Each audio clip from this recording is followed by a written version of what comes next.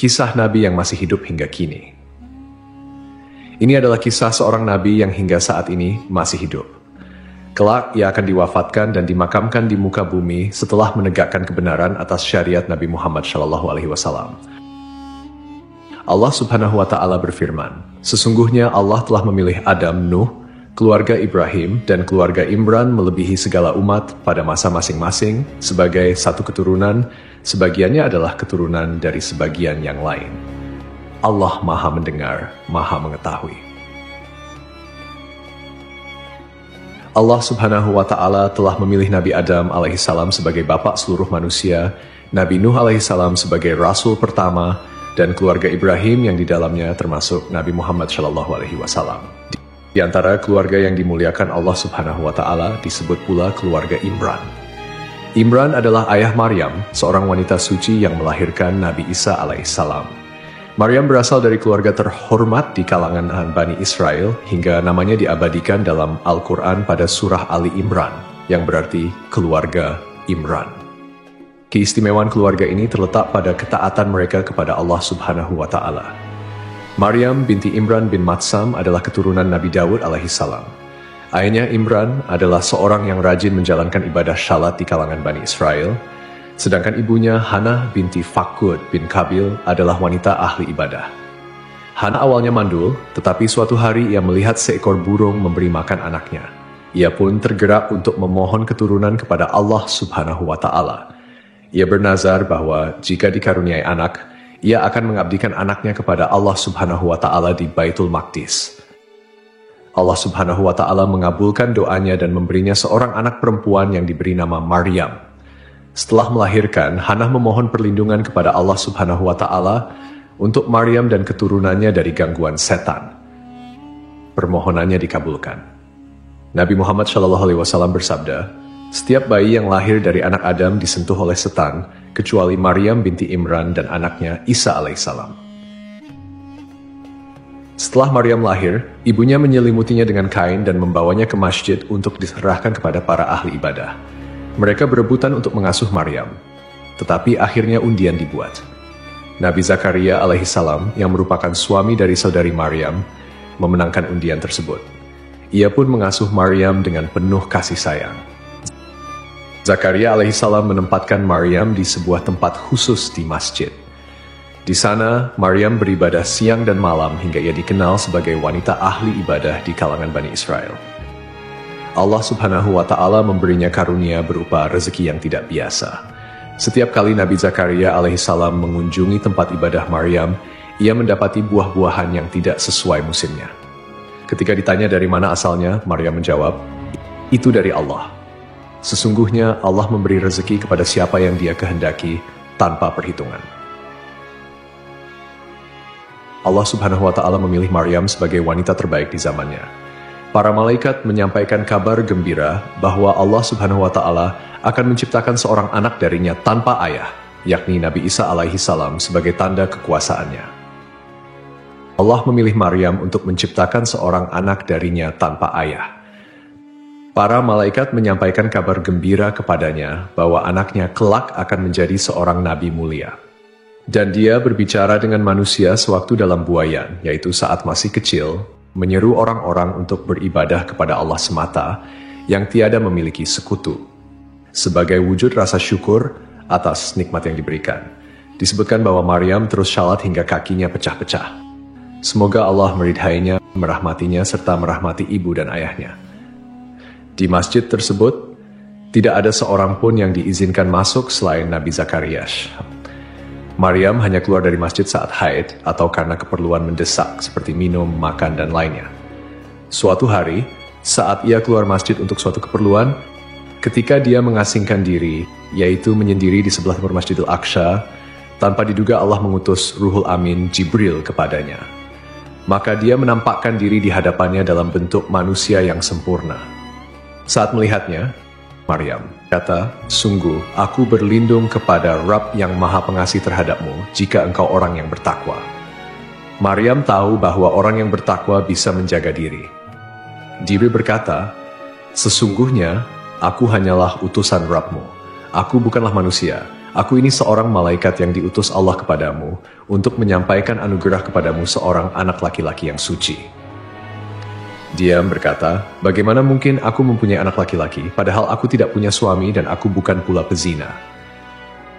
Malaikat berkata kepadanya, hal tersebut mudah baginya, karena dia kuasa atas segala sesuatu. Maka kami tiupkan ke dalam rahimnya sebagian dari ruh ciptaan kami. At-Tahrim ayat 12. Ketika Maryam mengandung, dia mengasingkan diri dengan kandungannya itu ke tempat yang jauh, karena saat hamil, Maryam sangat sedih. Dia tahu banyak orang yang akan membicarakannya. Berita kehamilan Maryam menyebar di kalangan Bani Israel, hingga belum pernah ada omongan yang menimpa suatu keluarga pun melebihi omongan terhadap keluarga Zakaria. Ketika akan melahirkan, Maryam bersandar di pangkal pohon kurma lalu berkata, aduhai, alangkah baiknya aku mati sebelum ini, dan aku menjadi sesuatu yang tidak berarti, lagi dilupakan. Jibril menyeru Maryam, janganlah engkau bersedih hati. Sesungguhnya Rabbmu telah menjadikan mengalir air anis di bawahmu. Dan goyanglah pangkal pohon kurma itu ke arahmu. Niscaya pohon itu akan menggugurkan buah kurma yang masak kepadamu. Maka makan, minum, dan bersenang hatilah engkau. Jika engkau melihat seorang manusia, maka katakanlah, sesungguhnya aku telah bernazar untuk menahan diri, tidak bicara bagi Rabb yang Maha Pemurah. Maka aku tidak akan berbicara dengan seorang manusia pun pada hari ini. Kemudian Maryam membawa bayi itu kepada kaumnya dengan menggendongnya. Saat kaumnya melihat Maryam menggendong bayi, mereka berkata, wahai Maryam, sungguh engkau telah membawa sesuatu yang sangat mungkar. Ayahmu bukan seorang yang buruk perangai, dan ibumu bukan seorang perempuan pezina. Mereka menuduh Maryam berbuat nista dengan Nabi Zakaria. Lalu mereka bermaksud melenyapkannya. Kala situasi kian genting, tak lagi ada kesempatan, tidak mampu mengucapkan dengan kata-kata, dan tawakal kepada zat pemilik keagungan kian besar. Saat itu tidak ada lagi yang tersisa selain ikhlas dan berserah diri. Maka Maryam menunjuk kepada anaknya dan berkata, berbicaralah dengannya karena dia yang akan memberi kalian jawaban. Mereka pun menjawab, bagaimana mungkin kami diminta untuk berbicara dengan anak kecil yang sama sekali belum memahami tutur kata? Selain itu, anak ini masih menyusu dalam buayan dan tidak bisa membedakan mana susu dan mana keju. Sikapmu ini hanya omong kosong yang tak berdasar, mengolok-olok dan menghina kami, karena kau tidak memberikan jawaban yang jelas, mengalihkan perhatian kepada anak kecil yang masih berada dalam buayan. Saat itu, Isa bayi berkata, sesungguhnya aku hamba Allah. Dia memberiku kitab, Injil, dan menjadikanku seorang nabi. Dia menjadikan aku seorang yang diberkahi di mana saja aku berada. Dan dia memerintahkan kepadaku untuk melaksanakan syalat dan menunaikan zakat selama aku hidup, serta berbakti kepada ibuku. Dia tidak menjadikanku seorang yang sombong lagi celaka. Kesejahteraan semoga dilimpahkan kepadaku pada hari kelahiranku, pada hari wafatku, dan pada hari aku dibangkitkan hidup kembali. Ini adalah kata-kata pertama yang diucapkan Isa putra Maryam. Kata-kata pertama yang ia ucapkan adalah pengakuan ubudiyah kepada Rabb-nya, dan bahwa Allah adalah Rabb-nya. Maka kata-kata Isa ini menyucikan Allah dari perkataan orang-orang zalim yang menyatakan bahwa ia adalah anak Allah. Isa juga membebaskan ibunya dari segala tuduhan zina yang disampaikan oleh orang-orang bodoh terkait kelahirannya. Allah berfirman, itulah Isa putra Maryam yang mengatakan perkataan yang benar yang mereka ragukan. Tidak patut bagi Allah mempunyai anak, maha suci dia. Apabila dia hendak menetapkan sesuatu, maka dia hanya berkata kepadanya, jadilah. Maka jadilah sesuatu itu. Setelah mukjizat yang Allah berikan kepada Nabi Isa alaihissalam, sebagian Bani Israel ada yang beriman, dan sebagian lainnya tetap tidak mau beriman. Nabi Isa lahir di Baitul Lahm, Bethlehem, di dekat Baitul Maqdis, sebuah kota yang terletak sekitar 9,5 km di selatan Yerusalem. Wahab bin Munabbih menyebutkan bahwa kala itu berhala-berhala runtuh di belahan timur dan barat bumi. Para setan pun kebingungan karena kondisi tersebut. Hingga akhirnya Raja Iblis mengetahui berita tentang Isa. Mereka mendapati Isa berada dalam buayan ibunya, sementara para malaikat menatapnya dengan tajam. Saat itu muncul sebuah bintang besar di langit yang membuat Raja Persia merasa khawatir. Ia bertanya kepada para dukun tentang munculnya bintang tersebut. Para dukun berkata, bintang ini pertanda lahirnya seorang bayi agung di bumi. Raja Persia kemudian mengirim utusan dengan membawa emas, sayuran, dan susu untuk dihadiahkan kepada Isa. Saat tiba di Syam, mereka ditanya oleh raja setempat tentang maksud kedatangan mereka. Mereka mengutarakan kejadian sebenarnya. Raja Syam kemudian menanyakan hal itu dan ternyata Isa putra Maryam telah dilahirkan di Baitul Maqdis. Beritanya menyebar luas karena sang bayi bisa berbicara saat masih berada dalam buayan. Raja Syam kemudian mengirim seseorang untuk menunjukkan tempat Isa agar mereka bisa membunuhnya setelah para utusan Raja Syam pulang. Ketika mereka sampai ke tempat Maryam dan menyerahkan sejumlah hadiah, mereka pulang. Lalu ada yang berkata kepada Maryam, para utusan Raja Syam hanya datang untuk membunuh anakmu. Maryam kemudian menggendong bayi Isa dan membawanya pergi ke Mesir. Di sana ia menetap hingga Isa mencapai usia 12 tahun. Allah Subhanahu wa Ta'ala mengajarkan Nabi Isa alaihissalam kitab Taurat dan Injil sebagaimana Allah mengajarkan kitab suci kepada nabi-nabi yang lain. Nabi Isa diutus oleh Allah dengan membawa misi yang sangat penting, yaitu mengajak Bani Israel untuk hanya beribadah kepada Allah semata. Ini adalah inti dari dakwah tauhid yang beliau bawa. Allah juga menunjukkan kepada Bani Israel berbagai mukjizat dan bukti nyata bahwa ajaran tauhid yang dibawa oleh Nabi Isa alaihissalam adalah ajaran yang benar. Sejumlah karamah dan mukjizat tampak pada beliau bahkan saat masih kecil. Di antaranya, suatu ketika seorang dahkan, tuan rumah tempat Isa dan ibunya singgah, kehilangan sejumlah uang di rumahnya. Rumah itu hanya ditempati oleh orang-orang fakir, lemah, dan mereka yang membutuhkan bantuan. Dahkan tidak tahu siapa pencurinya. Kejadian itu terasa berat bagi Maryam, juga bagi yang lain, termasuk sang tuan rumah. Mereka tidak bisa mengatasi permasalahan ini. Saat Isa mengetahui hal itu, ia menghampiri dua orang, salah satunya buta dan yang lain lumpuh. Isa berkata kepada si buta, berdirilah dan bawalah kursi ini. Si buta menjawab, aku tidak bisa melakukan itu. Isa berkata, seperti yang kalian berdua lakukan saat mengambil uang dari peti yang ada di dalam rumah itu.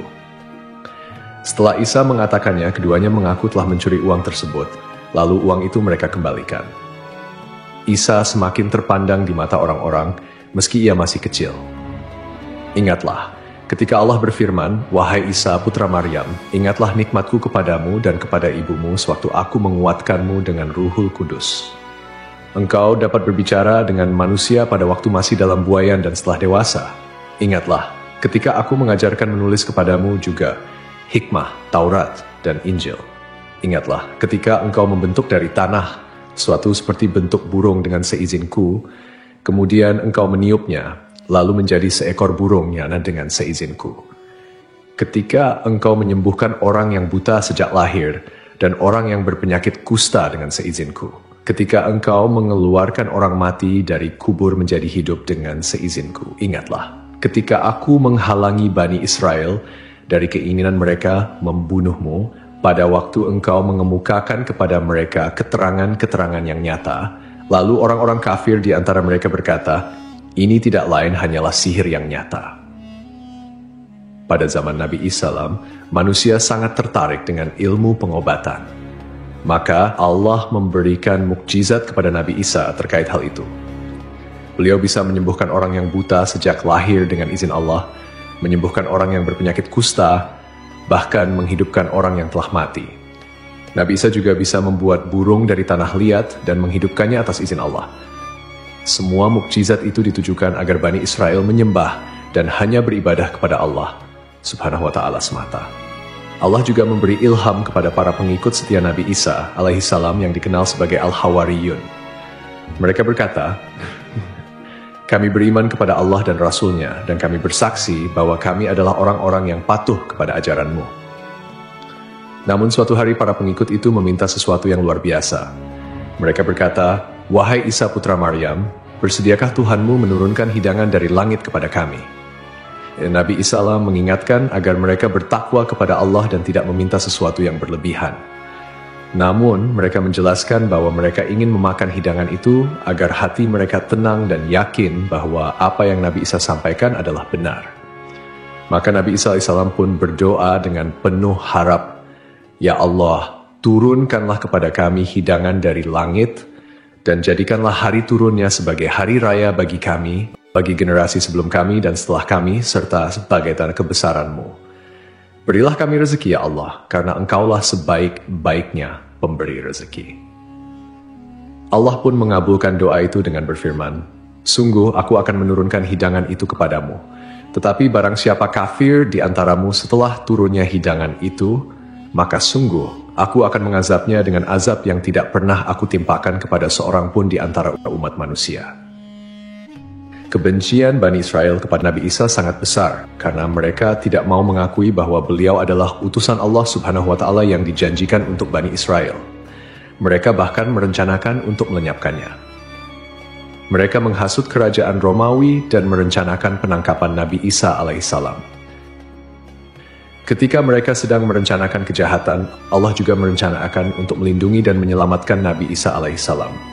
Allah Azza wa Jalla mewahyukan kepada Isa putra Maryam, "Wahai Isa, kuatkanlah dirimu dalam menyampaikan urusanku agama, dan janganlah lemah. Dengar dan taatlah, wahai putra wanita suci lagi perawan. Engkau lahir tanpa ayah. Aku menciptakanmu sebagai tanda kebesaran bagi seluruh alam. Hanya kepada-Kulah engkau harus beribadah dan berserah diri. Ambillah kitab ini dengan sungguh-sungguh, jelaskanlah kepada orang-orang yang berbahasa Suryani, dan sampaikan kepada mereka bahwa Akulah yang maha benar, maha hidup, maha mengurus segala sesuatu, dan aku tidak akan lenyap. Percayalah kepada seorang nabi buta huruf dari Arab, pemilik unta, surban, baju perang, 2 pasang sandal, tongkat, matanya lebar dan indah, dahinya kuat, kedua pipinya bercahaya, rambutnya ikal, jenggotnya tebal, kedua alisnya menyatu, hidungnya mancung, giginya renggang, lehernya terlihat jelas laksana teko perak, seakan-akan emas mengucur di tenggorokannya. Ia memiliki bulu-bulu dari dada hingga pusar laksana pedang, dan di perut serta dadanya tidak ada bulu selain itu. Telapak tangan dan kakinya tebal. Saat menoleh, ia menoleh dengan seluruh tubuhnya. Saat berjalan, ia seperti mereka dari batu dan meluncur di jalan menurun. Keringat di wajahnya seperti mutiara, dan aroma kasturi menyeruak dari tubuhnya. Belum pernah terlihat seorang pun sepertinya, baik sebelum maupun sesudahnya. Postur tubuhnya tinggi dan sempurna, aromanya harum. Ia banyak menikahi wanita, tetapi keturunannya sedikit. Keturunannya hanya berada di sebuah rumah surga yang terbuat dari mutiara cekung, tanpa keletihan ataupun suara gaduh di dalamnya. Wahai Isa, rawatlah dia di akhir zaman sebagaimana Zakaria merawat ibumu. Ia memiliki 2 cucu yang syahid. Di sisiku, ia memiliki kedudukan yang tidak dimiliki seorang manusia pun. Perkataannya adalah Al-Quran, agamanya adalah Islam, dan kesejahteraan datang menghampirinya. Tuba bagi siapapun yang menjumpai masanya, menghadiri hari-harinya, dan mendengarkan kata-katanya. Isa bertanya, "Ya Rab, apa itu tuba?" Allah menjawab, "Sebuah pohon yang kutanam dengan tanganku. Pohon itu untuk seluruh surga, akarnya dari ridwan, airnya dari tasnim, dinginnya seperti kafur, rasanya seperti jahe, dan aromanya seperti kasturi. Siapa yang meminumnya, ia tidak akan dahaga selamanya." Isa berkata, "Ya Rab, berilah aku minum sebagian darinya." Allah berfirman, "Haram bagi para nabi meminumnya sebelum nabi itu meminum. Haram pula bagi seluruh umat meminumnya sebelum umat nabi itu meminum." Wahai Isa, aku akan mengangkatmu kepadaku. Isa berkata, "Ya Rab, mengapa engkau mengangkatku?" Allah menjawab, "Aku mengangkatmu, kemudian aku akan menurunkanmu di akhir zaman, agar engkau melihat keajaiban-keajaiban umat Nabi tersebut dan membantu mereka memerangi Dajjal yang terkutuk. Aku akan menurunkanmu pada waktu syalat, tetapi engkau bukan bertindak sebagai imam, karena mereka adalah umat yang dirahmati dan tidak ada nabi setelah nabi mereka." Nabi Isa berkata, "Ya Rab, beritahukan kepadaku tentang umat yang dirahmati itu." Allah berfirman, "Mereka adalah umat Ahmad. Mereka adalah ulama dan orang-orang bijak seperti para nabi. Mereka menerima pemberianku dengan rela hati meskipun sedikit, dan aku menerima amalan mereka meskipun sedikit. Aku memasukkan mereka ke surga karena kalimat la ilaha illallah. Wahai Isa, mereka adalah penghuni surga terbanyak karena belum pernah ada lisan suatu kaum yang merendah dengan kalimat la ilaha illallah seperti mereka. Dan belum pernah ada leher-leher suatu kaum yang tunduk dengan bersujud seperti mereka." Ketika Allah mengutus Isa putra Maryam sebagai nabi dan membawakan bukti-bukti nyata kepada mereka, orang-orang munafik dan kafir dari kalangan Bani Israel heran padanya dan menghinanya. Mereka berkata, "Apa yang dimakan si Fulan semalam, dan apa makanan yang ia simpan?" Orang-orang mukmin semakin bertambah imannya, sementara orang-orang kafir dan munafik semakin ragu dan bertambah kekafirannya. Meski demikian, Nabi Isa alaihissalam tidak memiliki tempat tinggal. Beliau hanya berkelana di muka bumi tanpa menetap di suatu tempat tertentu, sehingga tidak ada tempat yang dikenal sebagai kediamannya. Dan Allah adalah sebaik pembalas tipu daya. Allah Subhanahu wa Ta'ala berfirman, "Wahai Isa, aku mengambilmu dan mengangkatmu kepadaku, serta menyucikanmu dari orang-orang yang kafir, dan menjadikan orang-orang yang mengikutimu di atas orang-orang yang kafir hingga hari kiamat. Kemudian kepadakulah engkau kembali, lalu aku beri keputusan tentang apa yang kalian perselisihkan." Allah mengabarkan bahwa Dia mengangkat Nabi Isa ke langit setelah mewafatkannya dengan tidur, menurut pendapat yang lebih syahih. Allah menyelamatkannya dari gangguan orang-orang Yahudi yang menghasut raja kafir pada masa itu untuk membunuh dan menyalibnya. Nama raja tersebut adalah Daud bin Naura. Ia memerintahkan untuk membunuh dan menyalib Nabi Isa alaihi salam. Saat Allah berkehendak untuk mengangkat Nabi Isa ke langit, beliau keluar menemui para sahabatnya. Ketika itu di Baitul Maqdis terdapat 12 pengikut setianya. Nabi Isa keluar dari sebuah sumber air dengan rambut yang masih meneteskan air lalu berkata, "Sungguh, di antara kalian nanti ada yang akan ingkar terhadapku sebanyak 12 kali setelah sebelumnya beriman kepadaku." Kemudian beliau berkata, "Siapa yang mau diserupakan denganku lalu dibunuh sebagai penggantiku, maka ia akan meraih derajat yang sama sepertiku." Seorang pemuda yang paling muda di antara mereka berdiri, tetapi Nabi Isa berkata, "Duduklah." Beliau mengulangi ucapannya dan pemuda itu kembali berdiri. Akhirnya Nabi Isa berkata, "Kaulah orangnya." Allah kemudian menyerupakan pemuda tersebut dengan Nabi Isa. Allah mengangkat Nabi Isa dari loteng Baitul Maqdis ke langit. Tidak lama kemudian, orang-orang Yahudi yang mencari Nabi Isa masuk ke dalam. Mereka menangkap pemuda yang diserupakan itu, lalu membunuh dan menyalibnya. Setelah kejadian itu, para pengikut Nabi Isa terpecah di 3 kelompok. 1. Kelompok Yakubiyah yang berkata, "Allah ada bersama kami selama yang Dia kehendaki, lalu Dia naik ke langit." 2. Kelompok Nasturiyah yang berkata, "Putra Allah bersama kami selama yang Dia kehendaki, lalu Dia mengangkatnya ke langit." 3. Kelompok Islam yang berkata, "Hamba Allah dan Rasul-Nya bersama kami selama yang Dia kehendaki, lalu Allah mengangkatnya kepadanya." Allah Subhanahu wa Ta'ala berfirman, "Tidak ada seorang pun dari ahli kitab kecuali akan beriman kepadanya Isa sebelum kematiannya." Ayat ini mengacu pada masa ketika Nabi Isa alaihissalam akan turun kembali ke bumi pada akhir zaman sebelum hari kiamat. Pada saat itu, beliau akan membunuh Dajjal, menghancurkan salib, membunuh seluruh babi, membatalkan pajak, tidak menerima agama apapun selain Islam. Nabi Isa akan memerintah dengan keadilan, dan seluruh umat manusia akan berserah diri kepada Allah Subhanahu wa Ta'ala. Ahlus Sunnah mengimani bahwa turunnya Nabi Isa alaihissalam merupakan salah satu tanda besar dari dekatnya hari kiamat. Sifat-sifat beliau yang disebutkan dalam berbagai riwayat adalah sebagai berikut. Seorang laki-laki dengan perawakan tidak terlalu tinggi dan tidak terlalu pendek, kulitnya kemerah-merahan, rambutnya keriting, terurai hingga kedua pundaknya, dan tampak selalu basah seperti baru keluar dari kamar mandi. Dadanya bidang. Setelah keluarnya Dajjal dan terjadinya kerusakan besar di muka bumi, Allah akan mengutus Nabi Isa alaihissalam untuk turun ke bumi. Beliau akan memimpin dengan keadilan, menghapuskan segala bentuk kezaliman, dan membinasakan Dajjal. Nabi Isa akan tinggal di bumi selama 40 tahun sebelum akhirnya wafat. Beliau akan dimakamkan di bumi sesuai dengan kehendak Allah Subhanahu wa Ta'ala. Setelah Nabi Isa alaihissalam wafat, kaum muslimin akan mensalatkan jenazah beliau sebagaimana mereka mensalatkan seorang hamba Allah yang syalih. Wallahu alam. Sungguh sangatlah mudah bagi Allah Subhanahu wa Ta'ala untuk menciptakan Nabi Adam alaihissalam tanpa ayah dan ibu, apalagi menciptakan Nabi Isa alaihissalam yang hanya tanpa ayah. Ketika Allah menghendaki sesuatu, Dia hanya berkata, "Kun, jadilah," maka terjadilah apapun yang Dia kehendaki. Oleh karena itu, tetaplah berharap dan bersandar hanya kepada Allah Subhanahu wa Ta'ala semata. Semoga kita dapat mengambil hikmah dari kisah ini dan semakin meningkatkan keimanan kita kepadanya. Wassalamualaikum warahmatullahi wabarakatuh.